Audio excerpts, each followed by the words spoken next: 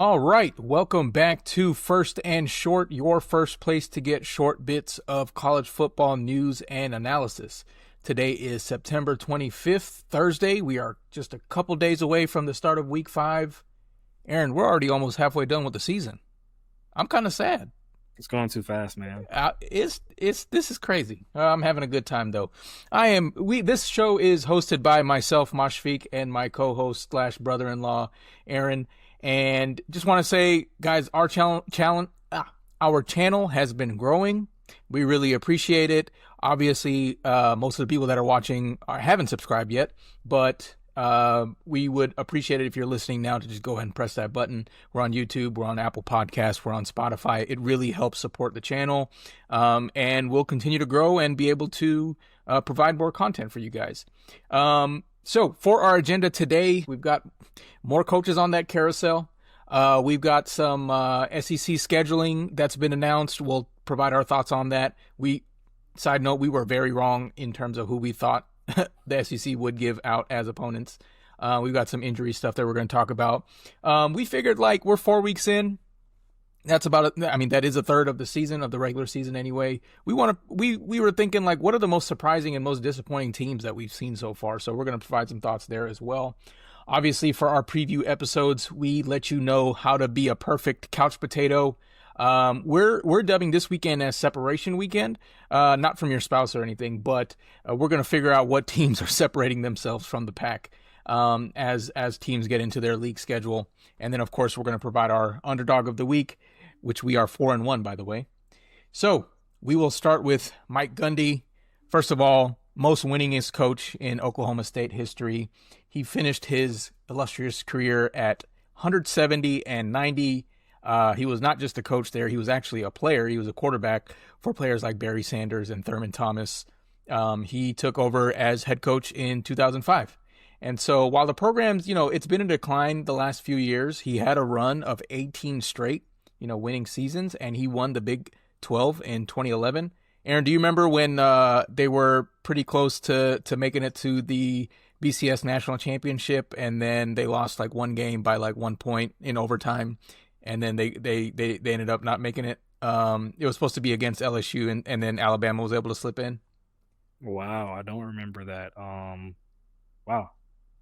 Yeah. 2011? So we could have had a whole 2011. We could have had a whole different conversation about Mike Gundy if he was able to make it to that to that game. What's surprising to me is how steep the decline was as a program. Although the more as I was writing this piece, the more I thought about it, it aligned almost perfectly with the decline aligned perfectly with Jim Knowles leaving for a different OSU. In this case Ohio State. He won the Big 12 Coach of the Year in 2023, and then in 2024 he didn't win a single conference game. And so, of course, he started this season 1-2 with the final nail in the coffin being losing to Tulsa at home. So, the coaching carousel continues, like I said, with the man who built the Oklahoma State Cowboys football program into what it is today. This is the man who gave us the famous quote, "I'm a man, I'm 40." He was actually fired the day after the 18th anniversary of that quote. So that's another coach scratched off our hot seat list. Aaron, did you want to provide any thoughts on, who can possibly replace him? Sure. So, the name we've been hearing the most probably is, Zach Robinson. He's the current offensive coordinator for the Atlanta Falcons. He's a former Oklahoma State quarterback, and he also played under Mike Gundy himself. So the appeal is here, with the emotional connection. He's a homegrown guy, and, they're hoping maybe if they choose him, he can lead his alma mater back to glory. For that being said, he's the Falcons offensive coordinator. What are your thoughts on that? That's exactly what I was about to say. The other guy I've been hearing is John Summerall, the head coach at Tulane. After this season, I'm sure even before many schools are going to be looking at him. Many schools will be an upgrade from Tulane, and I think Oklahoma State is definitely one of them. So, if I had to guess, that would probably be one of the guys I would throw my hat into. Yeah, not a bad candidate at all. Yeah, I agree. He's got Tulane humming right now. Mm-hmm. They're What always else on the are we move. hearing around? What else are we hearing around the league, Aaron? Around the league, breaking news pretty much this week. John Mateer, right? He had some Literally issues breaking with his news. hand. Yeah, breaking. And he's having hand surgery, right? And Yeah. so the timeline on that in the upcoming schedule. So he's expected to at least miss, I think, a month. Yeah. And so the next 4 games that we see right here on the schedule, so they got Kent State, then they got the Red River Rivalry, big game. Then they go to South Carolina, and then they have Ole Miss. So you're almost in the heart of your schedule in conference play. You got 3 conference games. So, I mean, the question there is, who's going to be the quarterback to replace this guy who's, was in his groove and his rhythm, Yeah. led your team to, an undefeated start. Right now, it's looking like Michael Hawkins, right? Um, he was a guy who's, had little to no experience playing time, but he's been with the program for a while. He was the backup for Jackson Arnold last year. So it's going to be very interesting to see, how he's going to mesh with the offense and hopefully continue to lead the team to their successful season. And the question is, if he leads this team through this, this tough 4 weeks, I mean, do you keep him in there? Who's the quarterback? Yeah, because the next Yeah. game after Ole Miss is Tennessee. Mm-hmm. I think at Tennessee, maybe, or I'm not sure, but yeah. Who do you, like you said, who do you pick there?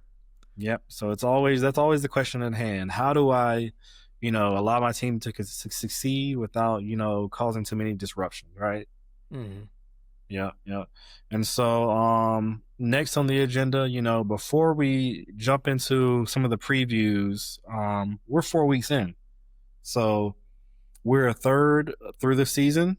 Let's do a recap of the season. So let's talk about which teams, have disappointed us the most thus far and which teams have surprised us the most.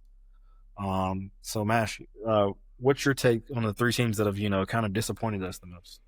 This one wasn't hard. All we had to do is go look at our Saturday, segment and see who keeps showing up on that list and who keeps winning. I think the biggest disparity from where we expected them to be to where they're at right now, Clemson has to be probably the most disappointing team. Yeah, they just a lot of times you hear like teams have so much potential because of like who they brought back and how much continuity the team has.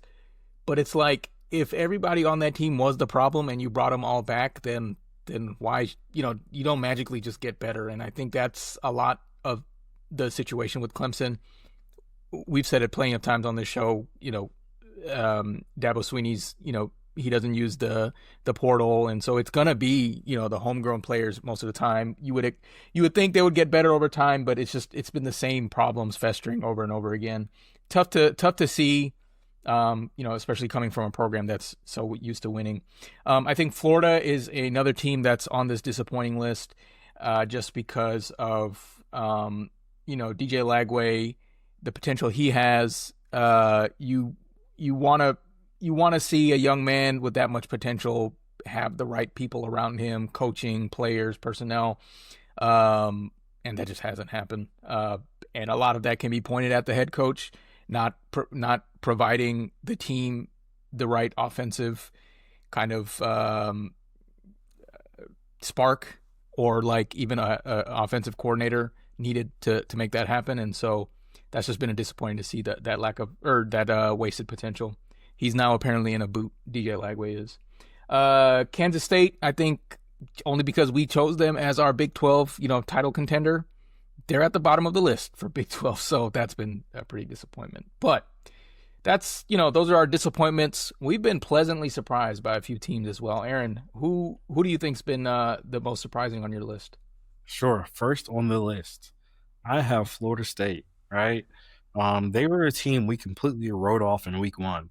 And they came and they made a statement win against, an Alabama team who, we just thought was gonna crush Win them. the Natty, right? Exactly, right. And they've continued to show their dominance, undefeated, showing that they're a clear favorite to win the ACC and a clear favorite to make the college football playoffs. So I really like what I'm seeing from that team and the offense production with the quarterback Tommy Castellanos. I mean, they're really showing a lot and cooling down the seat of the head coach, Yeah, Mike Norvell's got some time Mike now. Norvell, right? Exactly. Next on the list, right? We got Tennessee. Tennessee has, shown that they are a team that can compete with anybody, and they really have played well enough to still be undefeated right now. Yeah. Yeah. That's not, it's not how the cookie crumbled in their last game, but they're showing that, hey, we're still here, we're still dominant, and we deserve a spot, one of those 3 or 4 teams that can be in the playoffs this year. So pleasantly surprised by their offensive production, pleasantly surprised how well they've molded their offense and replaced Nico like he wasn't an impact or a factor at all last year, right?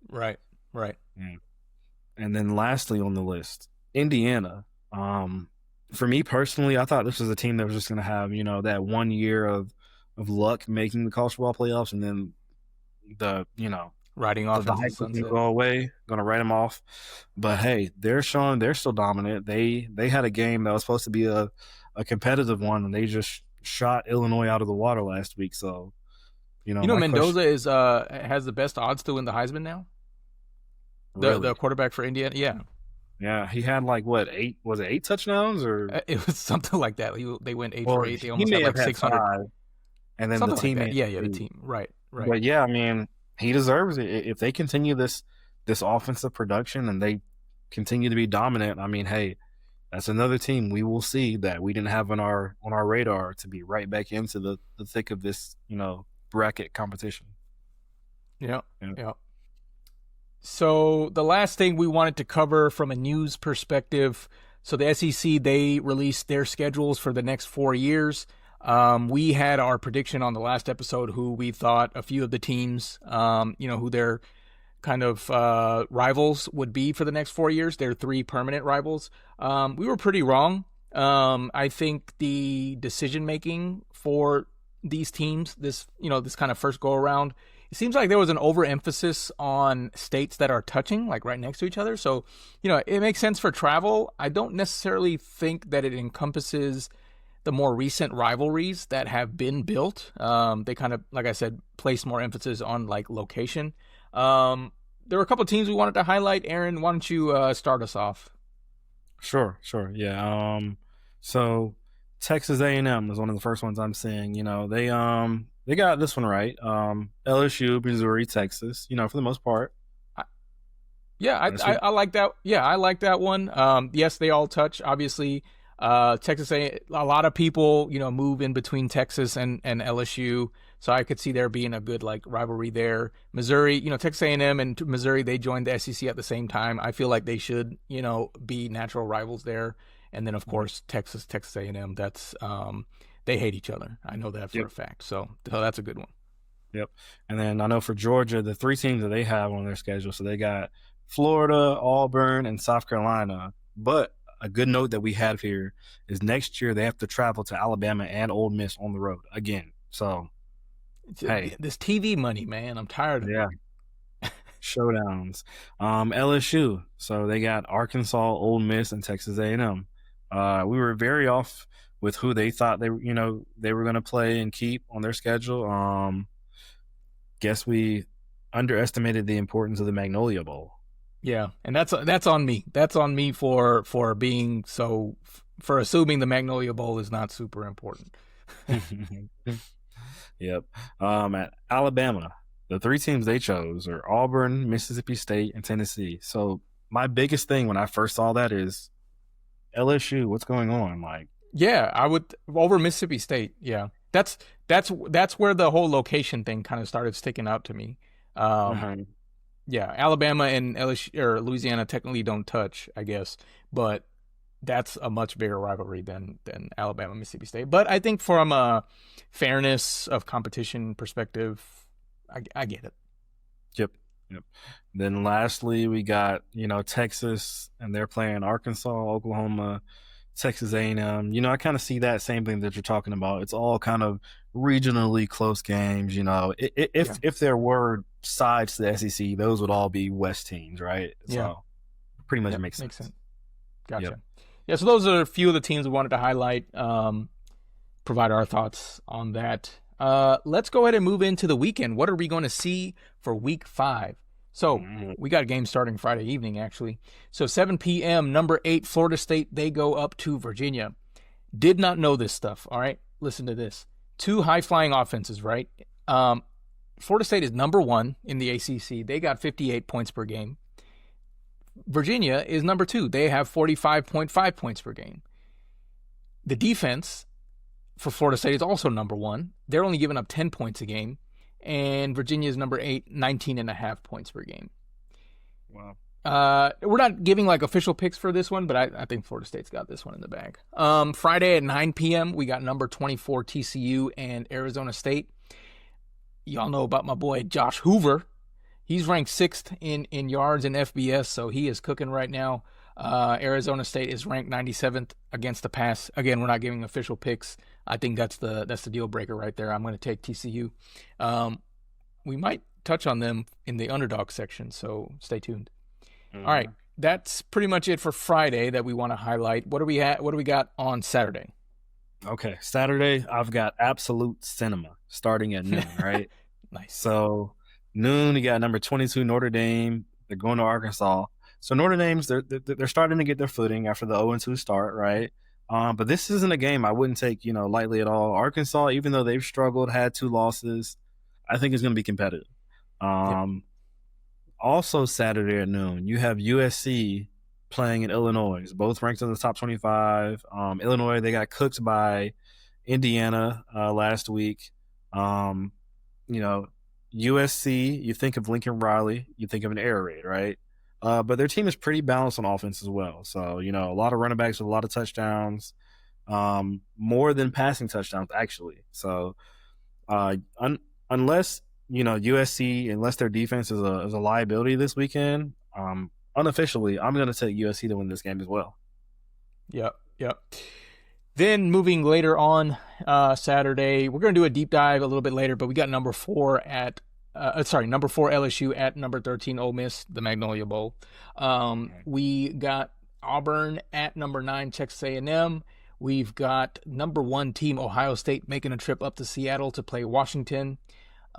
We got number 15 Tennessee. This is at 4:15. Tennessee playing Mississippi State. Saturday, we're getting into the evening now. Arizona will be at number 14 Iowa State. At 7:30, we got number 6 Oregon at number 3 Penn State. That'll be another one of our deep dives. And then, Aaron, I don't know if I told you this, but I'm actually going to the UGA Alabama game, but that's at 7:30. So number 17 Alabama at number 5 Georgia. We'll do a deep dive on that one. And then we got 7:45 Kentucky at South Carolina. So we'll get started with a couple of these deep dives. I think we'll start with the LSU game. Aaron, why don't you give us your thoughts there? Absolutely, the Magnolia Bowl, right? I was looking at the point spread right now. I think Ole Miss is a 1.5 point favorite, so there's not a clear favorite right now. Both teams are, ranked in the top 15. Again, my key word for the week as we dive into these matchups: separation. Both teams are undefeated coming into conference play. This game honestly feels like it could swing on a single turnover or red zone stop. LSU's defense is elite, but Ole Miss has, the firepower to test it. If Chambliss, the quarterback for Ole Miss, if he can keep his composure and DeJuan Lacey gets going, the Rebels could pull off a win at home. Last year, this game was decided by 3 points in overtime. So again, we got 2 teams competing, being competitive. Somebody's got to separate. LSU. So I really, really like their defense. They're allowing just 64 yards rushing per game, ranking top 10 nationally. That's no accident. You got Whit Weeks, right? Linebacker for LSU, who I've actually searched this up when I saw it, is dating Lane Kiffin's daughter. So the tweets have been crazy. Yeah, tweets have been crazy. The lore has been crazy. He's got his brother Wes Weeks, running sideline to sideline, really controlling the field, right? And then you got Damian Shanklin on the edge. He's rushing. He's getting multiple sacks. He's been clutch and collapsing the pocket, right? Ole Miss, They thrive on tempo and those chunk plays, but LSU's ability to control the line of scrimmage and force those third and long situations could honestly flip the script. Uh, if they can keep Kawan Lacey from getting downhill and making Chambliss beat them through the air under pressure, LSU's defense might be the difference maker in Oxford. On the offensive side of the ball for LSU, this game, this team is a high performance engine that hasn't quite hit its top gear yet, but when it does, it's dangerous. So Garrett Nussmeier, he's the centerpiece of the offense. He's a quarterback, with NFL arm talent and a knack for threading those tight windows. I mean, he's already nearly, passed for 1,000 yards through 4 games. So he's got chemistry with some of his receivers. Got some brewing with the wide receiver Aaron Anderson, who's, quietly become the Tigers' most reliable receiver this year, even if the touchdowns haven't followed yet. But the real key this week is, in my opinion, Caden Durham. LSU's run game has been a little bit underwhelming, and if Durham can keep going against Ole Miss's defense that's nearly giving up 200 yards on the ground per game, it opens up the playbook. LSU doesn't need to be too flashy. They need to be efficient. They need to be balanced and ruthless in the red zone. If they find that rhythm, it'll be tough to stop in Oxford. On the other hand, you have Ole Miss. So Ole Miss comes into this matchup, with a split personality. They're very explosive on offense, but they're very vulnerable on defense. So let's start with the fireworks. Again, I mentioned the quarterback, Trinidad Chambliss. He's a transfer from a D2 school, and he turned into an SEC sensation so far. He's thrown for almost 1,700 yards and rushed for 200 more, so he's a dual threat guy. He hasn't turned the ball over once. Pairing him with Kawan Lacey, the guy we mentioned earlier in one of our episodes, I think he's one of the freshmen that are high impact this year, right? He gives Lane Kiffin's backfield something that can stress LSU's linebackers in space. But defensively, that's where the Rebels have question. They're giving up, again, those 200 yards rushing per game. It could be a long afternoon if they don't tighten up and make the adjustments early on this. They got some injuries that are looming. Their top corner, DeAndre Prince, he's going to be out. And, Garrett Nussmeier, he might feast on that. They might target whoever's going to come in and replace him in that time. Yep. Ole Miss, their defense doesn't have to be perfect. They don't have to pitch a shutout. They just need to make a few timely stops and let their offense cook. So again, in summary, I'm going to say the keys to win this game for this one: LSU must establish the run and show their dominance there if they want to win. And the keys for Ole Miss, their quarterback and their offense has to stay turnover free, and they have to exploit LSU's moderate and modest pass rush. From that synopsis and from that overview, Mash, who are you picking for this one? Oh, I go first, huh? Okay, let's see. I want to, LSU did look more. I did like them better after like that Clemson win, but Clemson has been a disappointing team, and so I don't know. You kind of have to discount LSU's performance so far this year. On the other hand, I understand Trinidad Chambliss. He came in for Austin Simmons after he got hurt. I understand his background, D2 transfer and all that sort of stuff, but he's been looking good. But I'm curious. I was looking up some stats here, but I don't think Trinidad Chambliss has seen. I always want to say Trinidad James. Trinidad Chambliss hasn't seen a defense like LSU's, and LSU has played whoever they've played, but I think Trinidad Chambliss won't be able to keep up with LSU. I think LSU will be able to overpower and especially take advantage of that inexperience. I've got LSU in this one. Well, gotcha. I'm gonna have to disagree with you there. LSU's offense, I've expected a lot more out of them this year. We've seen the glimpses of greatness, but I don't like the lack of scoring. When they played Florida, I believe it was last weekend. So I think Ole Miss is going to come prepared. They're probably going to have a sloppy defensive game, but I think it's going to end up being a shootout, and I think they're going to outscore LSU. So I'm going to pick Ole Miss in this one. Ole Miss in a shootout. Okay, I got you. Yeah. All right, so that is our picks. We're split decision there. We will move on to one of the 7:30 games. We got number 6 Oregon going up to Penn State, number 3 Penn State. So this game is, of course, a rematch of last season's Big Ten title game, which Oregon won 45-37 in their first year in the Big Ten. So, while that game was on a neutral field, this time Oregon has to travel up to Beaver Stadium, which is a different animal. I'm happy for the fans in Happy Valley. They finally get a whiteout game at night against a quality opponent. Typically based on their agreement with Fox's Big Nooner.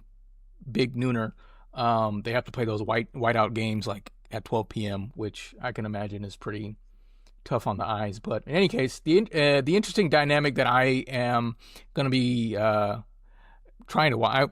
I'm going to be at the Georgia game, so I guess I can't watch this one live. But I think the interesting dynamic in this game is going to be Dante Moore versus Drew Aller. Dante Moore, the transfer from UCLA to Oregon, he played a bit last year, but he's starting full-time now, and he's been looking great. He's been completing 75% of his passes, and he's already got 11 touchdowns to just 1 interception. Totally different play style than Drew Aller. Last time they played in their Big Ten game, Aller, he had 3 touchdowns, but also 2 interceptions. So right now this season, he's right under 65% completion. He's only got 4 touchdowns and 1 interception. They've got a different style of attack, Penn State does. The reason I think this will be interesting for both of these teams, both these quarterbacks, is because while both of these offenses are, humming on offense, they're both these teams are doing it in different ways. So, despite the disparity in statistics, between the quarterbacks, one is throwing it more, one is throwing it less, but their team is running it more. The statistics in team offenses and team defenses in terms of ranking and how they're doing from a stats perspective, they're actually pretty close. So, neither of these teams have been tested really for real this season. So it's a little hard to read into what these teams' strengths and weaknesses are for me. But you could also make the argument that because these teams have played a similar level of opponent, you could almost make an apples to apples, stats comparison. So, on offense, we'll start with offense. For Oregon, you got them scoring 48 points a game. And that's good enough to be in the top 10 in FBS. Penn State is actually not too far behind, 44 points a game. A few players that I want to highlight on the Oregon offense. We've already talked about Dante Moore, the quarterback. But, with Evan Stewart being out for the year, one of their star wide receivers, you got DeCorian Moore and Malik Benson stepping up. DeCorian Moore is actually a true freshman, and Malik Benson is a transfer from Florida State, and they've been stepping up in Stewart's absence in a great way. They're both the number 1 and the number 2 kind of receivers on this team. Kenyon Sadiq, he's a tight end. He's a receiving type of tight end. He's got the 3rd most touchdowns on this team, so he is. I always like seeing the tight end position being able to be a high. You never know what they're going to do. Are they going to be blocking? Are they going to be receiving? But Kenyon Sadiq, he's special. So he's been a very important player for them. And like I said, this team is very balanced on in terms of passing and rushing. Jaden Lamar and De'Aaron Hill Jr. They're their 2 most productive running backs. Hill is actually a true freshman as well, and he's already putting up big numbers for the Ducks. So I would watch out for Hill Jr. In the coming years. That's going to be a name to know for sure. On the Penn State offense, like I said, they don't pass the ball as much, even though they got some wide receivers out of the transfer portal. We know what we know about Drew Aller. We know what his capabilities are and what he's not good at. Passing is not one of them. So it's great they got him wide receivers that like he needed them, but this team is built off of their running backs, Nick Singleton and Katron Allen. This is the running back duo in college football. They're the best running back tandem in the entire country and pretty much the engine of this Penn State offense. One's, you could say Singleton is more of the explosive, like home run hitter type of running back. Allen is like the more power back type of player.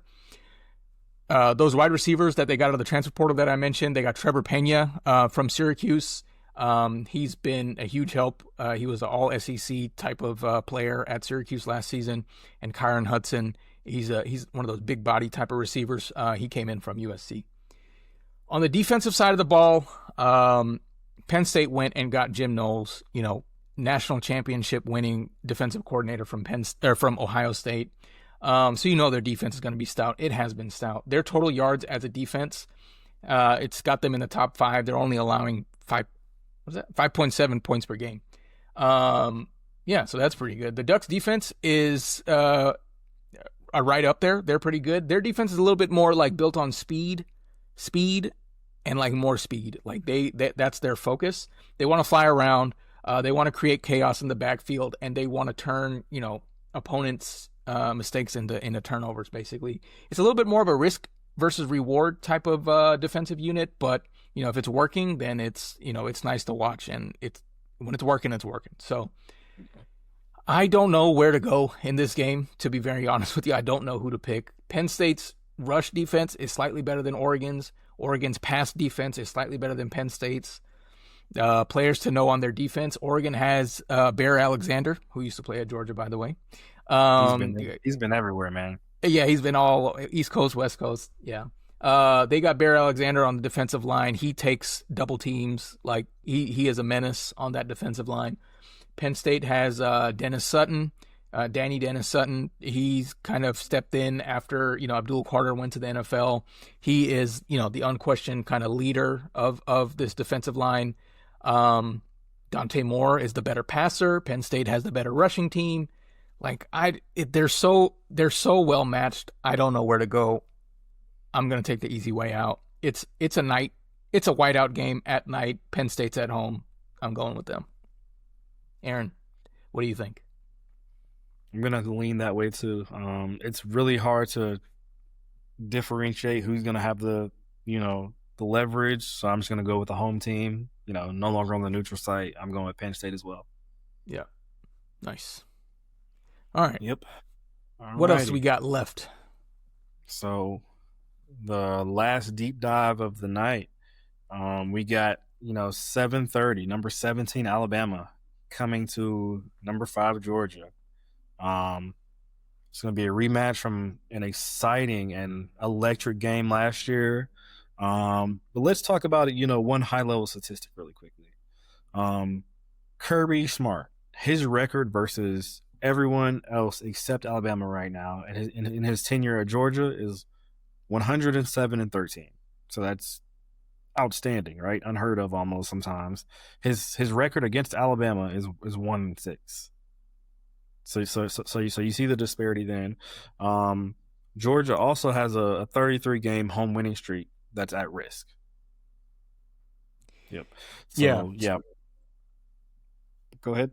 Yeah, I was going to say, like, obviously this is a rematch, but I wanted to kind of cover, what's different in this rematch, this year versus last year. Obviously teams change, but it seems like these teams are like way different than where they were last year, right?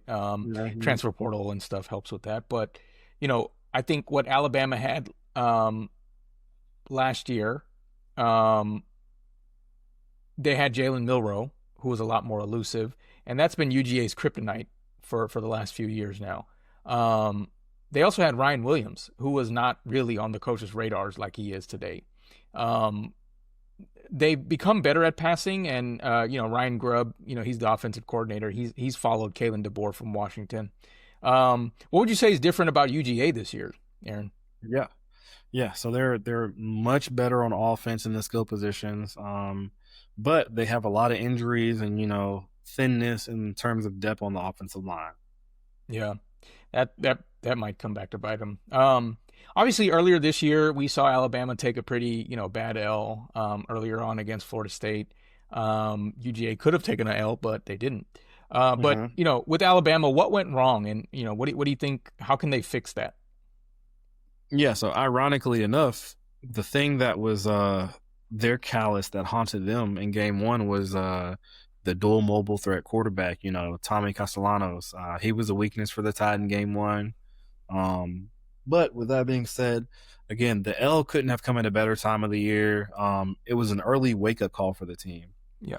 Uh, they have not had a challenge that, you know, difficult yet since then, but I think they have made the adjustments, and it seems like the team is, woken up. They're averaging 50 points a game right now, outside of that Florida State game. So we'll see what's to come this game. It's another test. Gunner Stockton is not as mobile, but it's a much more competitive team. Yep. So Mash, from your perspective, who are some personnel or players that we should look for, in this game? Yeah, Gunner Stockton's definitely one of them. He'll be key for if Georgia wants to find some success. Before we get into some names, both teams are dealing with injuries. I mean, most teams are, right? But some key names here on both sides, and key position groups. But it seems like Alabama is returning some guys that have been out for a while. We'll get to them in a bit. But obviously on Alabama side, you got Ty Simpson. He's been waiting for his turn for a long time. He's back in 2021, right? Former Elite 11 quarterback coming out of high school. Former 5-star. This guy has talent. He's just been buried in the depth chart a little bit. Jam Miller, he's one of the players that is making a return. He's been out with a collarbone injury since the summer, but he'll be back for this one. He is great for their running back room. Alabama actually hasn't ran the ball that much this year, and so he'll be a good addition for that room. We know Ryan Williams. He's still perpetually 17, but he is he's special, and he'll be a difference maker again, I am sure. Another wide receiver, Jeremy Bernard. He's actually a senior transfer from Washington, and he's been reliable. He's an experienced receiver, and he's already got a great connection with Ty Simpson. Those are a few of the names on at least on offense for Alabama. Who are you got your eyes on for Georgia? Yep. So yeah, we've already mentioned Gunner Stockton a little bit. He's a Georgia boy who holds the high school's records for a quarterback across the state of Georgia. But we mentioned the multiple skill position players that have come into the program this year to provide that depth. So let's look at the wide receiver room. You got Zachariah Branch, right? He's the dream player that Mike Bobo has built his entire screen pass offense around, right? And he's been extremely effective with it. Yeah, he's just got that speed. Yeah. You got Colby Young. He was with the program last year. Didn't get much playing time, but we're seeing him being a lot more impactful this year.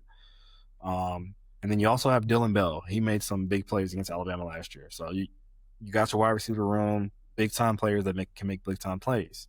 Moving to the running backs, you got players like Nate Frazier, sophomore now from Compton, California. He's making big impacts. He's showing he's the RB1. Chauncey Bowens, you got Dwight Phillips, and then you got the big transfer from Illinois, Josh McCray, who was utilized a lot versus Tennessee 2 weeks ago. Yeah. So this is a much very different running back room than last year, much more depth. So yeah, that's my input from the offensive perspective on UGA. Mash, what's your insight and your input on the defenses for these teams?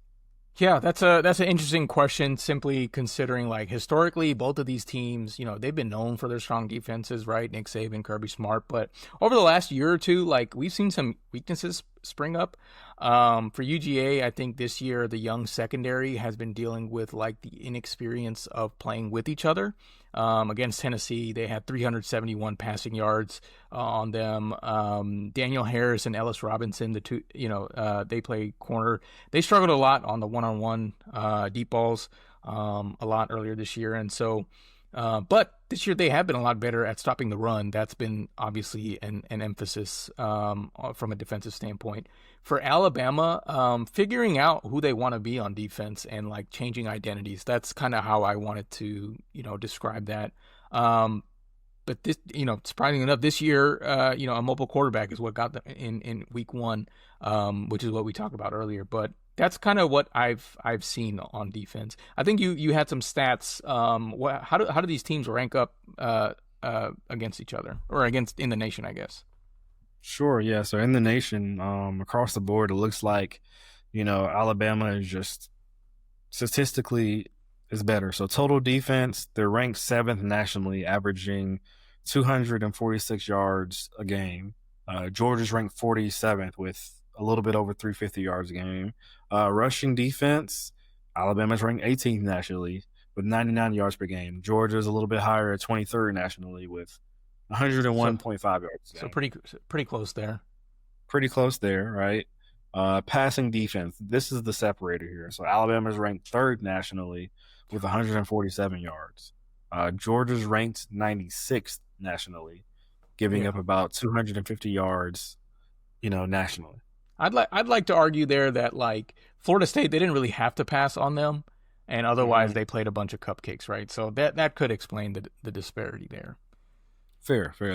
That's very fair. Okay, so yeah, that's statistically speaking, the numbers right now show to be in Alabama's favors on defense, right? So my question, kind of to follow up on that a little bit, overall in this game, what does Alabama do better, and what gives them the best chance to win this game?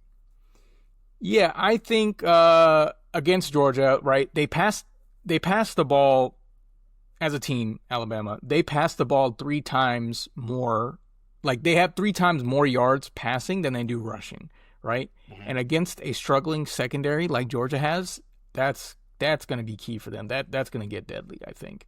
And I think they're highly efficient on offense, playing against a defense that just stats wise, they're playing against a defense that has a hard time getting to the quarterback.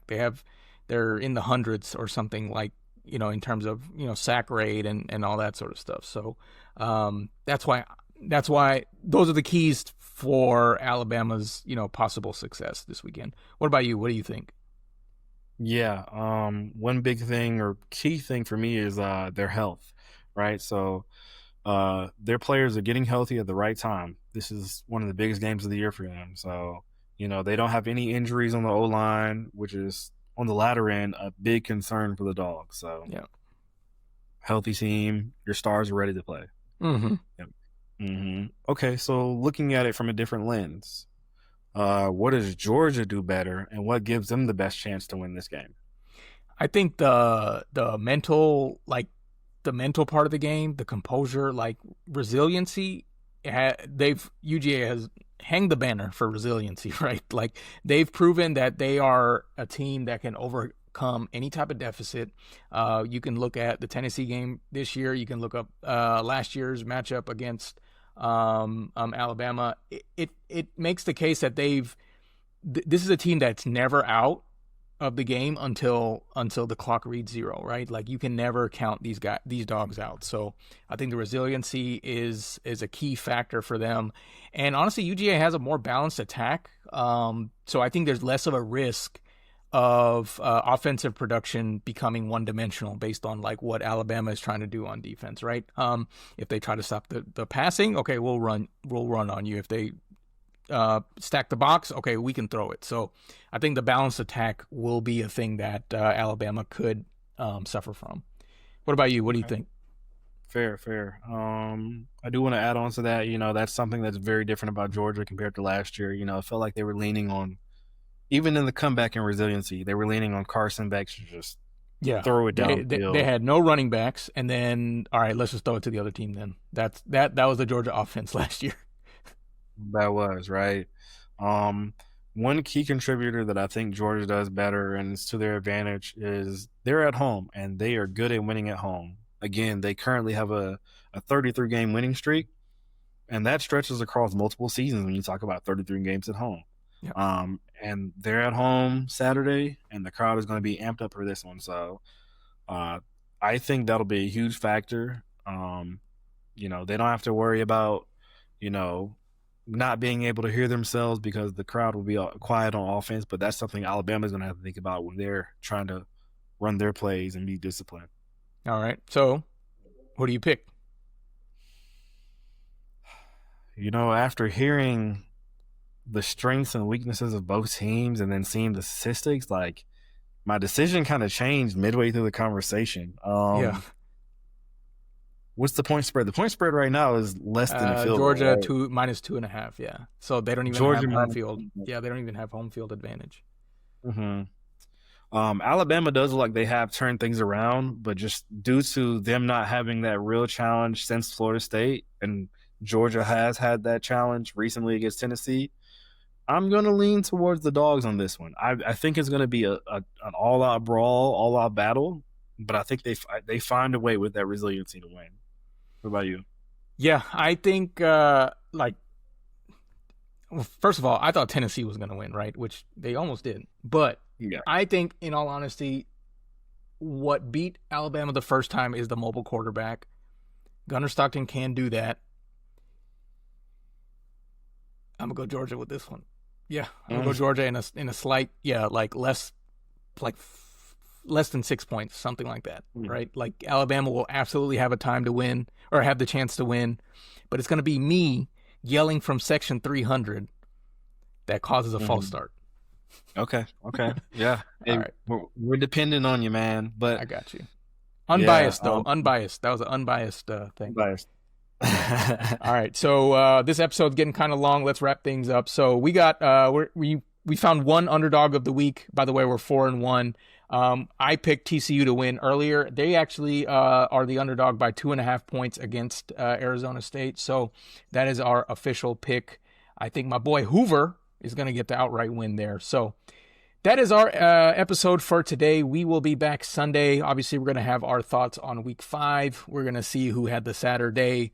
And, seems like we're getting a new coach fired every week. So we'll see who's on the carousel then. So appreciate you guys watching. Thank you for joining us once again.